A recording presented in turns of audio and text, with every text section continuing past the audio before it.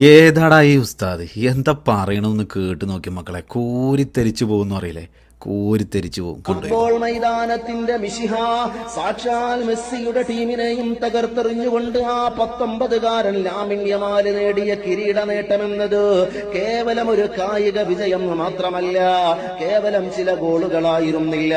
പാർശ്വവൽക്കരിക്കപ്പെട്ടവരുടെയും വേരുകൾ അറുക്കപ്പെട്ടവരുടെയും അടിച്ചമർത്തപ്പെട്ടവരുടെയും വിമോചനത്തിന്റെ മനോഹരമായൊരു കവിത കൂടിയത്രേ.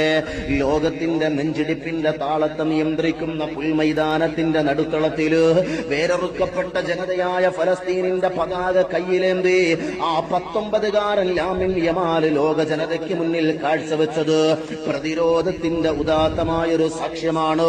അടിച്ചമർത്തലുകൾക്കും വംശീയതയ്ക്കുമെതിരെ